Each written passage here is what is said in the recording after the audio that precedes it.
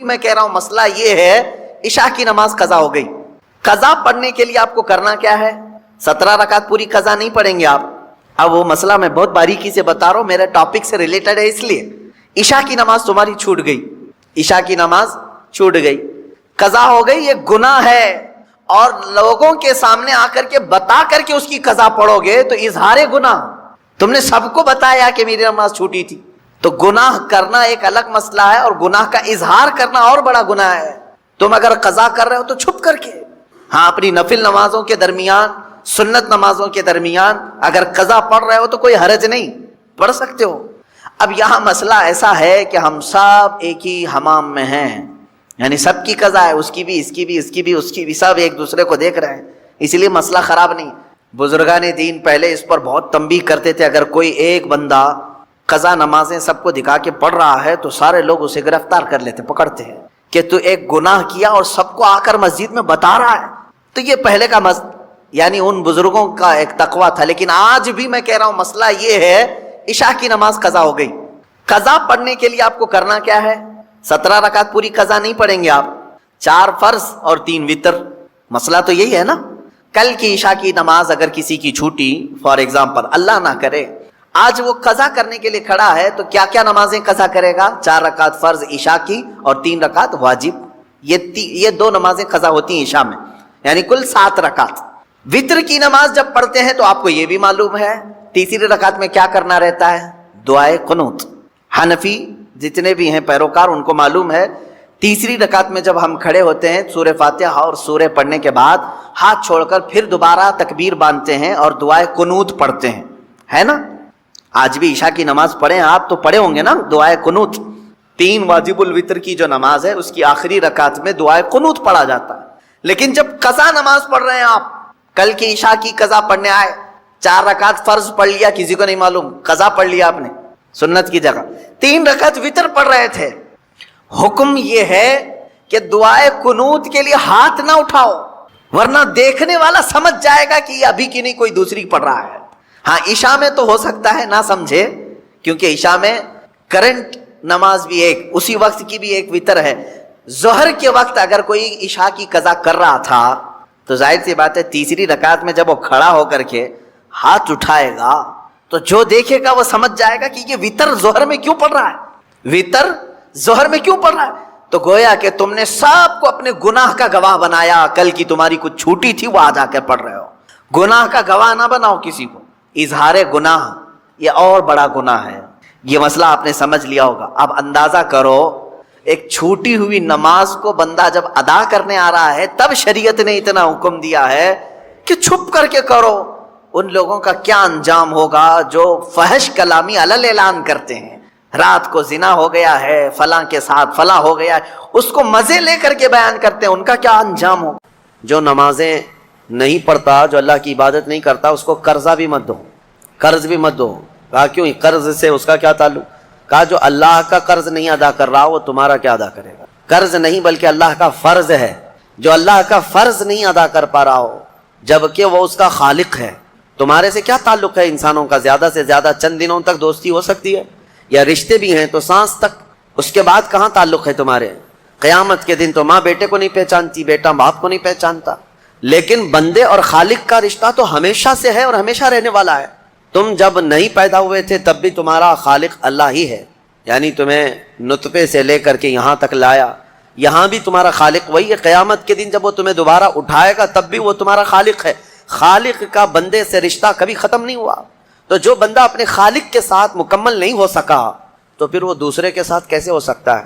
دوسرے کے ساتھ اس کے کیا سلوک ہو سکتے ہیں؟ اسی لیے قرآن میں اللہ فرما رہا ہے کیا تم یہ سوچ کر کے بیٹھے ہو کہ ہم نے تمہیں خالی پیدا کیا ہے، اور کیا تم نہیں لوٹائے جاؤ گے ہماری طرف؟ لائے جاؤ گے، ہر ایک لوٹائے جائے گا، ہر ایک.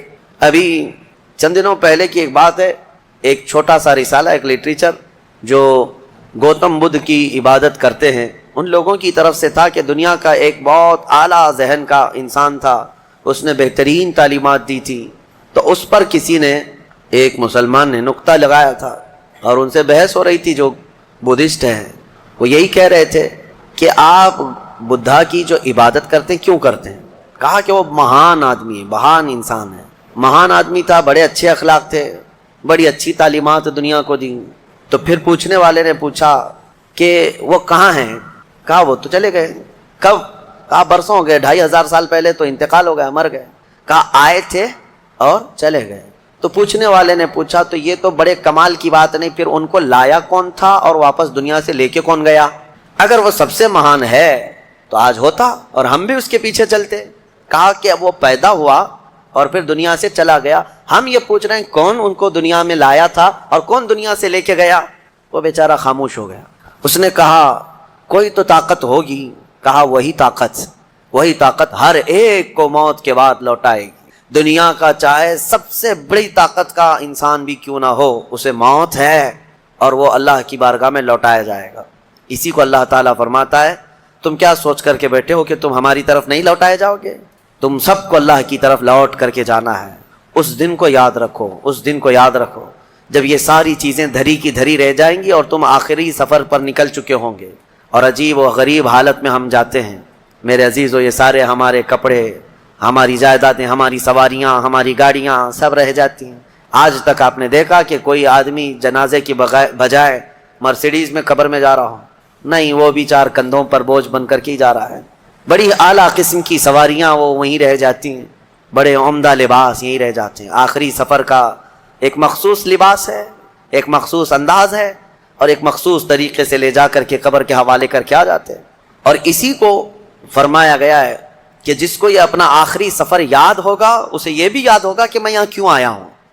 کبھی آج تک آپ نے اپنے اندر جھانک کر کے پوچھا, کبھی سوچا زندگی میں کبھی ایسا وقت آیا آپ کے, ابھی جیسے مثال کے طور پر مسجد میں آ کر بیٹھے, ابھی میں آپ سے پوچھوں پکڑ کر کے کیوں آیا ہوں یہاں پہ مسجد میں, فوراً آپ جواب دیں گے عبادت کے لیے آیا ہوں. مسجد کائے کے لیے ہے؟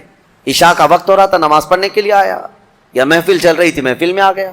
یہ تو تمہارا مقصد ہے. ہر کام کا تمہارا مقصد ہوتا ہے. کبھی یہ سوچا میں دنیا میں کیوں آیا, پوری دنیا میں کیوں آیا؟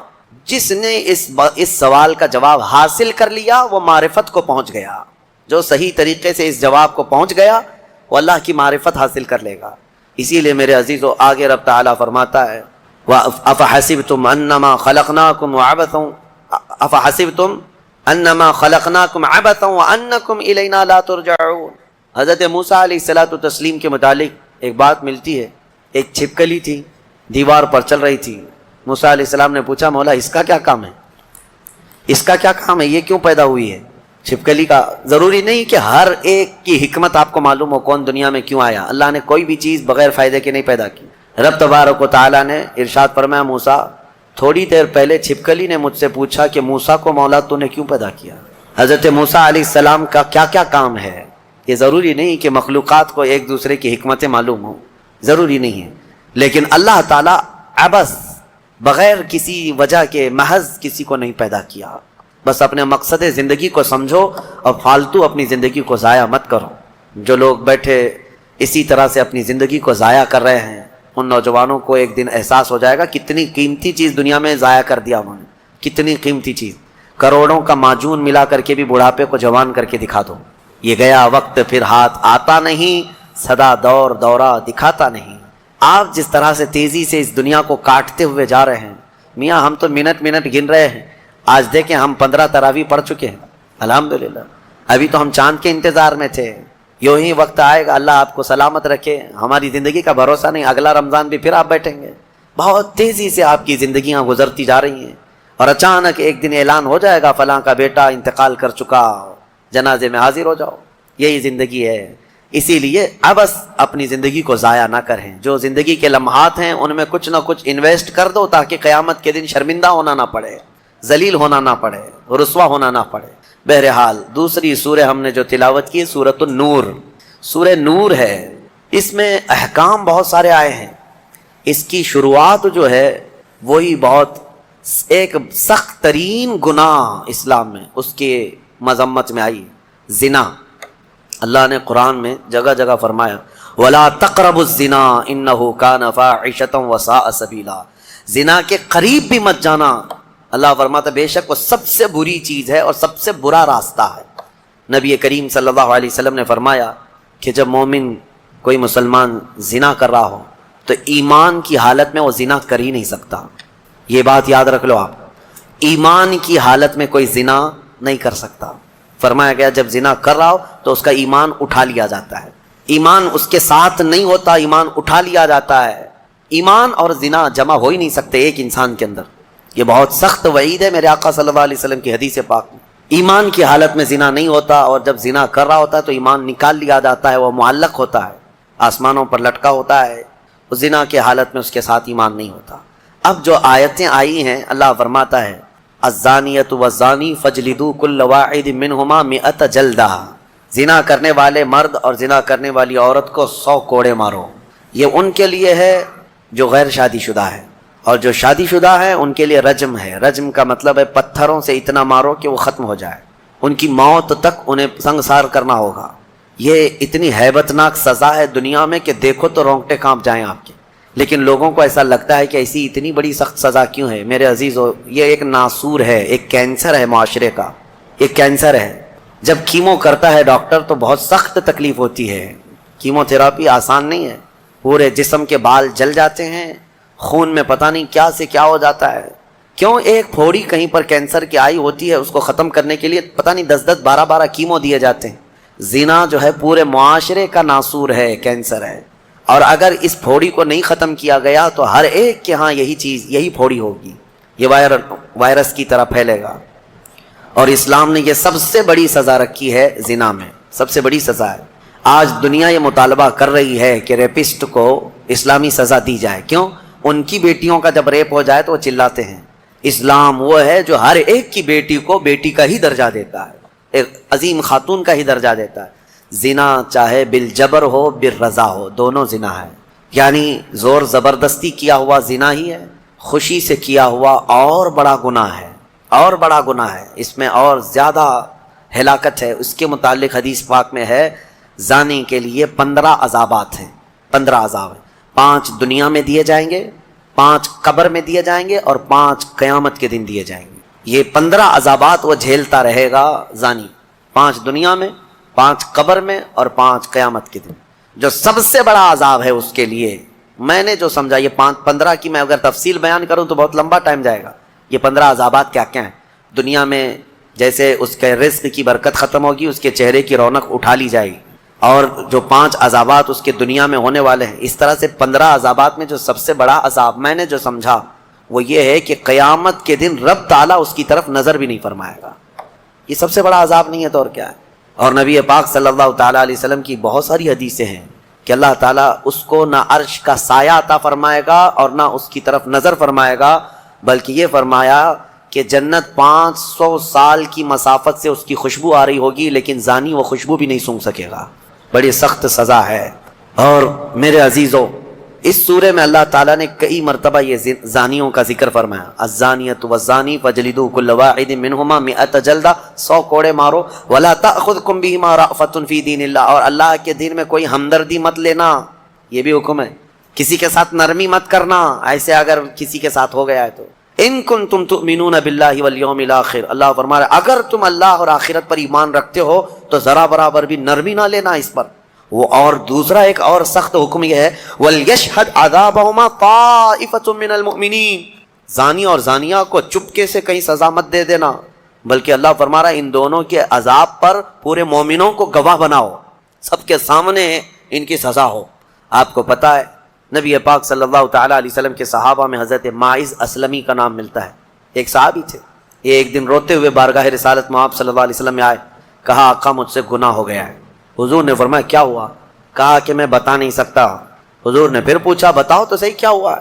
کہا بولتا ہوں تو منہ کو کلیجہ آ جاتا ہے, کلیجہ منہ کو آ جائے اس طرح کی چیز ہے میں نہیں کہہ سکتا. حضور نے فرمایا بتاؤ ماعز تمہارے لیے ہم ذریعے حل تلاش کر کے بتا دیں. انہوں نے کہا یا رسول اللہ مجھ سے زنا ہو گیا ہے. اتنا کہنا تھا نبی پاک صلی اللہ علیہ وسلم نے اپنا چہرہ پھیر لیا. صحابی ہیں حضور کی, خطا ہو گئی میرے آقا لیکن آیا ہوں آپ کے دربار میں. جب حضور نے اپنا چہرہ پھیر لیا اب بچا کیا تھا؟ اب وہ رونے گڑ گڑانے لگے, قدموں میں گر گئے. اتنا روتے رہے, اتنا روتے رہے. اسی کو شاید امام اہل سنت فاضل بریلوی نے ترجمانی میں اشعار میں یوں کہا ہے یا رسول اللہ تجھ سے جو منہ چھپاؤں تو کروں کس کے سامنے, کیا اور کسی سے توقع نظر کی ہے؟ بد ہیں تو آپ کے, بھلے ہیں تو آپ کے, ٹکڑوں پہ یہیں کے پلے ہیں, رخ کدھر کریں؟ نبی پاک صلی اللہ تعالیٰ علیہ وسلم نے پھر ان کو اٹھایا اور پوچھا بتاؤ ہوش میں ہو, ہوش و حواس میں کہہ رہے ہو؟ حضور نے جب پوچھا کہا ہاں میں ہوش و حواس میں کہہ رہا ہوں. کہا تمہیں کوئی بیماری, کوئی غشی, کوئی نشہ تو نہیں؟ کہا نہیں میں ہوش و حواس میں کہہ رہا ہوں. 3 مرتبہ جب پوچھا تو انہوں نے اقرار کیا. صحابہ سے میرے آقا نے فرمایا دیکھو ماعز اقراری مجرم ہے, اسلام میں سزا ہے, یہ شادی شدہ ہے, لے جاؤ اس کو سنسار کر دو, سنسار کرو. خود میرے آقا صلی اللہ علیہ وسلم سزا میں تو نہیں گئے, صحابہ کے حوالے کر دیا. اب وہ مدینے میں ایک پہاڑی ہے جبل انم, وہاں پر لے جایا گیا اور پہاڑ کے اوپر سے ماعز اسلمی کو ڈھکیل دیا گیا. وہ لڑکتے ہوئے نیچے آئے, تھوڑا سا, بہت اونچی پہاڑی نہیں ہے وہ, چھوٹی پہاڑی ہے. پھر وہاں سے جتنے صحابہ تھے ان سب نے پتھر مارنا شروع کیا اور سب اتنے پتھر برسائے گئے تھے کہ ماعز اسلمی کی روح نکل گئی, انتقال ہو گیا, زخمی حالت میں تھے. جب واپس آئے میرے آقا صلی اللہ علیہ وسلم غمگین تھے.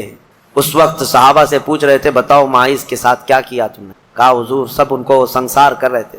ایک صحابی آگے بڑھ کر کہتے میرے ہاتھ میں اونٹ کی ہڈی تھی, وہ لے کر کے میں نے مارا تو ماعز کی کھوپڑی پر لگ گیا, خون کا فوارہ اچھل کر میرے بدن پہ آیا. میں نے یہ کہا یہ کس پاپی کا خون لگ گیا, یہ کس خطا کار کا خون لگ گیا. میں کپڑے جھاڑ کر کے باہر آ رہا. میرے آقا صلی اللہ تعالیٰ علیہ وسلم کو بڑا غم ہوا, کھڑے ہو گئے, کہا یہ جملہ مت کہو, ماعز نے موت سے پہلے سچی توبہ کر لی. سزا تو دینی ہی تھی, اسلامی حکومت ہے تو سزا دی جائے گی, صرف توبہ کافی نہیں ہے.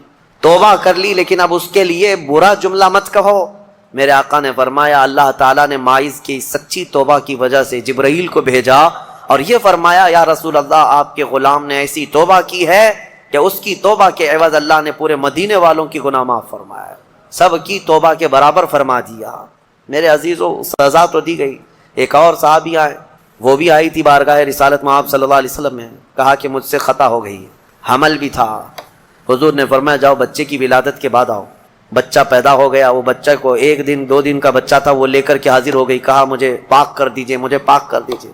ان صحابہ کو یہ ڈر تھا کہ قیامت کی سزا بہت سخت ہے, دنیا ہی میں لے لو بہتر ہے, بہت عظیم ہے سزا جو قیامت کے متعلق فرمایا گیا. وہاں تو ہلکی سزا یہ ہے زنا پر کہ فرشتے لوہے کی سلاخ جو ہوتے ہیں وہ گرما کر کے ان کی شرمگاہوں پر مار رہے ہوں گے, اور ان کی شرمگاہوں سے جو پیپ نکل رہا ہوگا محشر کے دن, فرمایا کہ ان کی بدبو سے پورے محشر والے کانپ رہے ہوں. زانیوں کی جو ہلکی سزا ہے, پھر جہنم کی سزا کا تو کیا شمار ہی نہیں. لیکن یہ صحابیہ آئیں, کہا کہ حضور نے فرمایا بچہ ہونے کے بعد, اور بچہ لے کر کے پھر آئی. حضور نے فرمایا ابھی تو پیدا ہوا بچہ, اس کا حق ہے, اس کو جاؤ دودھ پلا کے آؤ. حضور پاک صلی اللہ علیہ وسلم کے پاس سے وہ گئیں, 2 سال تک دودھ پلایا, اور پھر جب بچہ تھوڑا بہت چلنے پھرنے لگ گیا, غلط صحیح کو پہچاننے لگ گیا, تو آئی حضور کی بارگاہ میں, کہا یا رسول اللہ اب میرا بچہ میرے بغیر رہ سکتا ہے, یہ صحیح غلط کو پہچاننے لگ گیا, اب دودھ بھی چھوڑ چکا ہے, مجھے پاک کی کریں. وہ کیسی خواتین تھیں اس وقت بھی, چاہتے تو بہانے بنا لیتے, میں نے کیا ہی نہیں, خود اقرار کر کے انہیں پاک ہونا ہے. اللہ کی بارگاہ میں یہ عیب اور یہ دھبا لے کر نہیں جانا چاہتا. پھر ان کے سنسار کا بھی حکم دیا گیا, اس خاتون پر بھی سنساری ہوئی یہاں تک کہ ان کی موت واقع ہو گئی. میرے عزیز و اسلام میں بڑی عظیم سزائیں ہیں. صرف میں یہ دنیاوی سزا آپ کو سنا رہا ہوں, اس سے گیس کر سکتا ہے آدمی دنیا میں جو ہائیسٹ سزا ہے اسلام میں وہ زنا پر ہے. لیکن یہ بھی کہا گیا ہے کہ یہ صرف اور صرف 100 میں سے 99 حصہ بھی اس کا یہاں سزا نہیں دی جا رہی, باقی 99 درجے زیادہ حشر کے دن اس کی سزا ہے. اگر وہ توبہ کے بغیر مر گیا, اگر وہ پاک ہوئے بغیر مر گیا, اس سے 100 گنا 99 گنا زیادہ جو یہاں دنیا میں سزا دی جا رہی, اس کا 99 درجے زیادہ حشر کے دن وہ سزا پائے گا. اسی لیے وہ دن یاد کر کے ہی جان پگھل جاتی ہے, جسم تھر تھر کانپنے لگتا ہے. وہ قیامت کا منظر, اللہ کریم ہمیں ان تمام برے فواحشات سے محفوظ فرمایا. اس سورہ میں اللہ تعالیٰ نے فرمایا یا ایھا الذین آمنوا لا تدخلوا بیوتا غیر بیوتکم حتی تستأنسوا وتسلموا علی اہلہا. اے ایمان والو, دوسروں کے گھروں میں ڈائریکٹ ایسے داخل مت ہو جاؤ جب تک کہ تم سلام نہ کر لو, یہ تمہارے لیے بہتر ہے. گھر میں جانے کے آداب میرا مولا سکھا رہا ہے, ڈائریکٹ گھس نہ جانا کسی کے گھر میں, سلام کرو پہلے. اور آگے پوچھ رہے ہیں, آگے کی باتیں بتاتا ہوں. دروازے پر کھڑے ہو کر کے دستک دو, 3 مرتبہ دستک دینا ہے. اگر 3 بار میں بھی جواب نہیں آیا تو فرمایا گا واپس پلٹ جاؤ, اس کے پیچھے نہ لگ جاؤ. وَإِن قِيلَ لَكُمُ ارْجِعُوا فَارْجِعُوا, اگر کہہ دیا جائے کہ لوٹ جاؤ تو لوٹ جاؤ. اور لوٹ جانے کے لیے کچھ جگہ پر کہا جاتا ہے اور کچھ جگہ اشارے مل جاتے ہیں. جواب نہیں آ رہا ہے گھر کے اندر سے تو وہاں سے نکل جانا چاہیے. آگے آیت میں ہے لیس علیکم جناح ان تدخلوا بیوتا غیر مسکونۃ فیہا ومتاع لکم. ہاں ایسا کوئی گھر ہے جس میں کوئی رہتا ہی نہیں ہے تو اس گھر میں ایسی بغیر کسی کو سلام کیے ایسی داخل ہو گئے تو اللہ فرما رہا ہے کوئی گناہ نہیں. تمہارا سامان رکھا ہوا ہے کسی گھر میں لیکن رہنے والے کوئی نہیں ہے. یہاں پر یہ احکام متفرع ہوتے ہیں. تمہارا ہی گھر ہے, تم نے کسی کو کرائے سے دے رکھا ہے, تب بھی تمہیں اس گھر میں جانے کی اجازت نہیں جب تک کہ کرایہ دار رہ رہے ہیں. باہر سے سلام کرو, اور سلام کرنے کے اہل نہیں ہیں تو دستک دو. ضروری نہیں ہے کہ صرف سلام کے ذریعے ہی سے لوگوں کو پہچانا جائے. سلام کے اگر اہل نہیں ہیں وہ لوگ جو رہ رہے ہیں تو دستک دو, اس لیے کہ کون کس حالت میں بیٹھا ہوا ہے یا بیٹھی ہوئے تمہیں اندازہ نہیں. یہاں تک کہ حکم یہ ہے کہ دروازے پر دستک دے کر کے دروازے کے بالکل سامنے کھڑا ہونا بھی یہ درست نہیں, بلکہ فرمایا گیا دائیں جانب ہو جاؤ یا بائیں جانب ہو جاؤ, اس لیے کہ اگر کوئی خاتون دروازہ کھولے تو تمہارا آمنا سامنا نہ ہو جائے. یہ اسلام ہے. اور آگے اس کے فوراً آیت آتی ہے اے محبوب آپ فرما دیں مومنین سے یغضوا من ابصارہم ویحفظوا فروجہم, اپنی آنکھیں نیچی رکھیں, اپنی شرمگاہوں کی حفاظت کریں. زنا کی ابتدا آنکھوں سے شروع ہوتی ہے, آنکھوں سے ہوتی ہے, اور اللہ تعالیٰ نے وہیں پر بند باندھ دیا. نہ تمہاری آنکھیں بہکیں نہ تمہارے باقی کے اعضاء بہکیں. تم اپنی آنکھوں کی حفاظت کرو. نہ دیکھا ہوتا تو جسم کے اندر جذبات نہیں آتے, جسم کے اندر یہ خواہشات نہیں آتے, یہ فواہشات نہیں آتے. اسی لیے فرمایا گیا النظرۃ سہم من سہام الشیطان, نظر جو ہے شیطان کے تیروں میں سے ایک تیر ہے. چاہے عورت تمہیں دیکھ رہی ہو یا تم عورت کو دیکھ رہے ہو, یہ نظر جو ہے شیطان کا تیر ہے. عورتوں کو ہم پردے کیا حکم کیوں کہتے ہیں؟ اس لیے کہ بہتوں کی نظروں میں زہر ہوتا ہے, اور جیسے ہی وہ نظر ڈالتے ہیں ان کے جسم پر آ کر کے وہ نظر تیر لگتا ہے, عورت کے اندر وہ بری نظر کے اثرات پیدا ہو کر کے بری خواہشات پیدا ہو جاتے ہیں. اسی لیے عورتوں کو کہا گیا کہ وہ اپنی حفاظت کریں, پردے میں رہیں. مرد حضرات کے لیے بھی حکم ہے کہ وہ اپنی آنکھیں نیچی رکھیں. تم نے اگر آنکھوں کو آوارہ چھوڑ دیا تو یہ آنکھیں تمہیں زنا تک لے جائیں گی. یہاں نظروں کی حفاظت بہت ضروری ہے, بہت ضروری ہے میرے عزیزو. یہاں تک کہ حدیث پاک میں ہے اگر کسی نے کسی کے گھر میں نظر ڈالی اور گھر والے کو یہ برا لگا تو گھر والے کو اجازت ہے کہ وہ پتھر اٹھائے اور اس کی آنکھ پھوڑ دے, اللہ اس سے مواخذہ نہیں فرمائے گا.